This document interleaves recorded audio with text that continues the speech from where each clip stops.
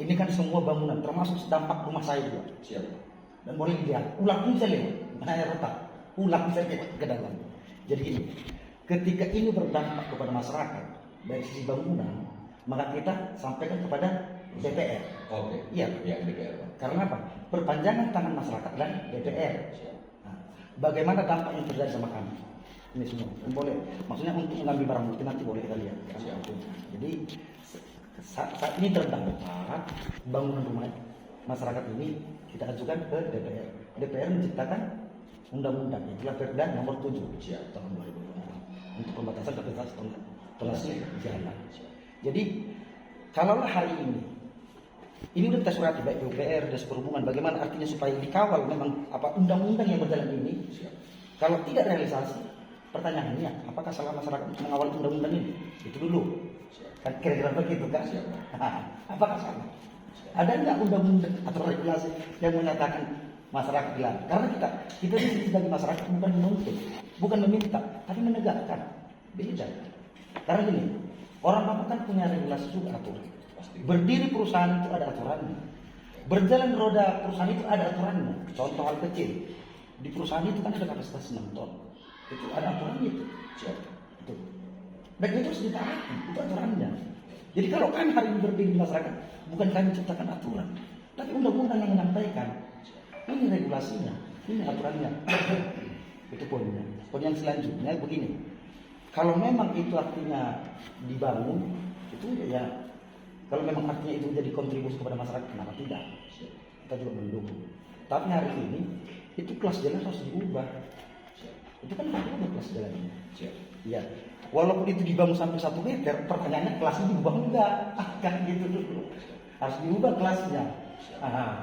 Jadi artinya ini, karena memang kalau tidak ada dampak kepada masyarakat, mungkin masyarakat tidak itu sudah pasti. Karena apa? Rumah itu adalah istana. Itu kan? Maaf cakapnya Pak, ini cerita kasar ini. Aku tidur di rumah, bunyi apa namanya tempat tidurku Pak. Seperti gempa. Goyang-goyang. Dikira, maaf kalau ada tamu, dikira tak apa alasan kan? Betul Pak, kita terbuka. Ini rutin terus gitu ya. Rutin kali ya. Iya, bisa buka Pak. Kalau nggak tidur di rumah kita Pak. Buka. Jadi artinya gini loh. Kembali juga kepada perusahaan juga. Coba berikan artinya perhatian, berikan kontribusi kepada masyarakat. Kira-kira begitu. Artinya banyak yang terdampak secara signifikan kan. Karena ada undang-undang aturan ada undang-undang yang mengatur ini semua. Nanti kalau kita jabarkan sampai dari CS turunannya sampai ke terlalu jauh kita Terlalu panjang. terlalu panjang nanti kita membahas sampai ke sana Pak. Gitu. Jadi ya ke depan artinya ada bentuk artinya apa namanya? Perhatian. Jadi itu yang kami harapkan. Jadi makanya kami ketika artinya kata masyarakat bergerak kan bukan atas nama kehendak kami. Dan satu, ketika kami melarang namanya kata menyampaikan kepada tangki, kan kita tidak boleh sanksi. Enggak. Hanya ini undang-undang. Pertanyaannya, kemarin itu spanduk itu kan udah diambil. Tapi kenapa didirikan kembali sama pihak perusahaan? Perusahaan disuruh. Apa berarti kan sudah berlaku kan? Bapak mungkin sampai informasi kepada Bapak terjadi masalah pendirian portal kerusakan promoden dipatahkan. Spanduk diambil, hilang kan? Tapi apa? Hari itu kita telepon pihak disub diganti. Pertanyaannya, disub berpihak kepada rakyat? Kan? Karena berpihaklah undang-undang kepada rakyat, makanya kami juga harus mengawasi itu, harus melindungi itu kira-kira begitu. Oke, lanjutkan teman-teman. Ya, untuk diskusi lah kan. Memang ada yang dicatat ya. Diskusi ya, siap. Oke, terima kasih. Kalau dari saya seperti ini Pak, kalaupun dibangun jalan itu dengan semenisasi, ya kami mendukung. Tapi atas dukungan kami sesuai dengan standar operasionalnya Pak. Karena begini, sedangkan sekarang aja lewat truk-truk tangki atau melebihi tonase di rumah kami getarannya sangat kuat. Apalagi nanti seminisasi langsung tidak ada pembatas antara seminisasi dengan perumahan masyarakat, nggak ada pembatas atau parit atau tembok penahan gitu, semakin gentar Pak. Jadi kalau dibilang Bapak nanti ya tahap kedua, berarti kami merasakan dampaknya lebih ngeri lagi nih. Ya mungkin bisa lebih memanas lagi nanti permasalahan yang ada muncul di situ. Nah, itu tentang hal itu Pak ya.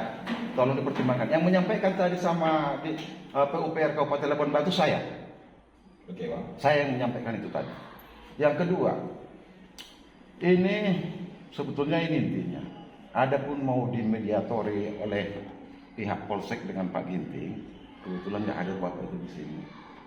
Permasalahan tentang pengurusan portal, kita masyarakat sudah mengadu dan pihak perusahaan juga sudah mengadu tentang penghalangan. Bagaimana Bapak menyikapi ini, bagaimana biar selesai semua, dan bagaimana ke depannya. Cuma itu aja, nggak usah pala saya uraikan satu persatu nanti, karena udah nyampe ke sana, nyampe ke sini nggak gitu. Jadi berkaitan dengan Ranah hukum ya. Oke. Mungkin sambil diskusi ya Pak Kades. Mungkin gini Pak. Ya. Jadi kalau di manajemen kita Bang, berkaitan dengan proses hukum itu bukan saya, ada pihak lain. Ya. Jadi sebenarnya dari konsep kita kemarin diskusi di kantor desa ini terkait perda, kami juga sudah menyampaikan sebenarnya kewenangan itu ada di tangan PPNS. Apakah masyarakat boleh keberatan? Boleh, tapi statusnya melaporkan ke PPNS bahwa PT HSJ melanggar perda, Ya. sehingga nanti PPNS akan memanggil kita. Begitulah prosesnya Pak. Tapi kita melapor. Dalam konsep menjaga perda, perusahaan boleh, tapi konsepnya sesuai apa yang dibunyikan di dalam perda. Kita nggak lari dari perda ya, kita tetap mengunci di perda.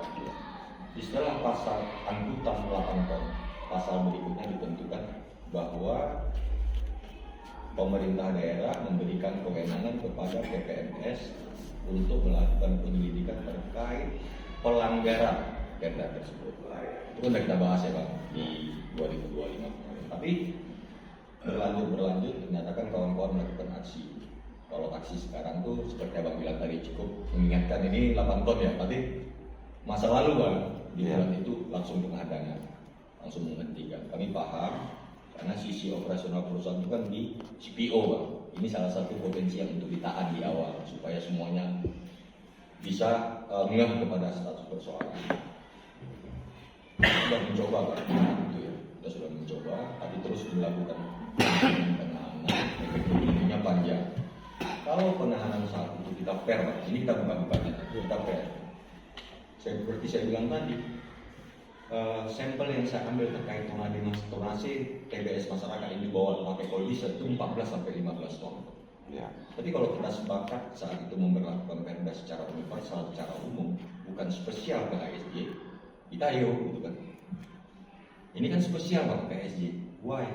Ada videonya kok yang dilintasi, dikasih keluar segala macam, ada videonya saya. Nah, dengan kondisi itu manajemen memutuskan kalau terkait ada gangguan spesial bagi kita laporkan ke polisi. Karena ada undang-undangnya gangguan fungsi jalan. Kita tidak melaporkan pidana yang lain sebenarnya, tapi kita melaporkan terkait adanya gangguan terkait fungsi jalan. Yang dipakai ini apa? Undang-undang jalan Pak. Boleh dibuka di Google undang-undang jalan. Ini kan berproses Pak, berproses. Saya nggak ikuti karena saya lebih domain ke sosial sebenarnya Pak, ke sosial. Tapi kalau proses di kepolisian ada perkembangan lain. Sepanjang pengetahuan saya kemarin, di sekitar Desember kita rapat akhir tahun terkait progres semua. Yang saya tahu proses LP kami sudah dalam proses penetapan tersangka. Ini kan sangat sulit kita tarik Pak, dan bukan kewenangan saya kalau terkait proses itu. Nah, terkait juga laporan orang abang kemarin, kami juga sudah diperiksa. Kita nggak tahu sekarang prosesnya apa, itu kan nggak ranah kami Bang, kami terlapor di situ.